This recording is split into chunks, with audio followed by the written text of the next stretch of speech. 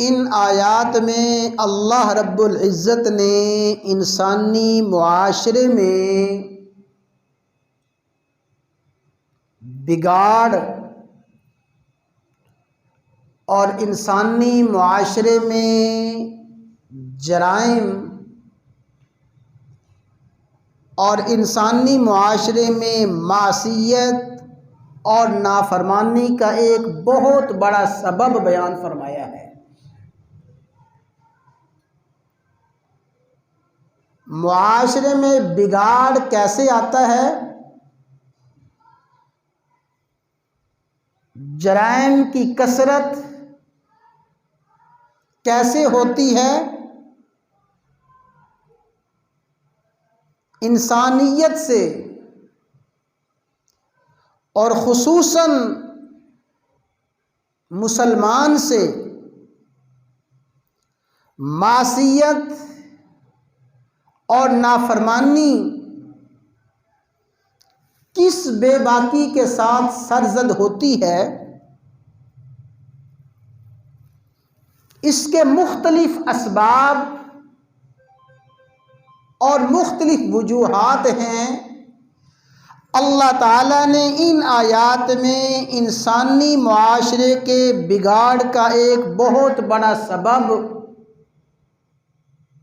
और बुनियादी सबब बयान फरमाया है।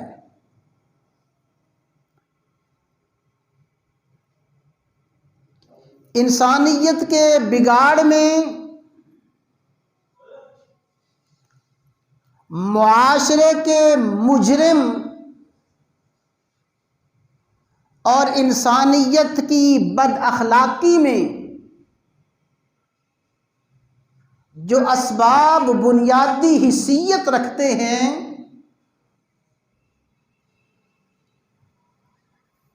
उन बुनियादी असबाब में से एक अहम सबब ये है, वइज़ा अरदना अन नुहलिक क़रियतन अमरना मुतरफीहा फफसक़ू फ़ीहा। फरमाया जब कोई भी मुआशरा तबाह बर्बाद होता है, किसी भी मुआशरे पे ज़वाल आता है, उसकी बुनियादी वजह ये और बुनियादी सबब ये होता है कि उस मुआशरे के खुशहाल लोग, उस मुआशरे के उमरा,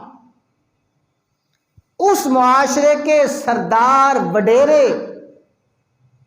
उस मुआशरे के लीडर और कायद और रहनुमा और उस मुआशरे के हुक्मरान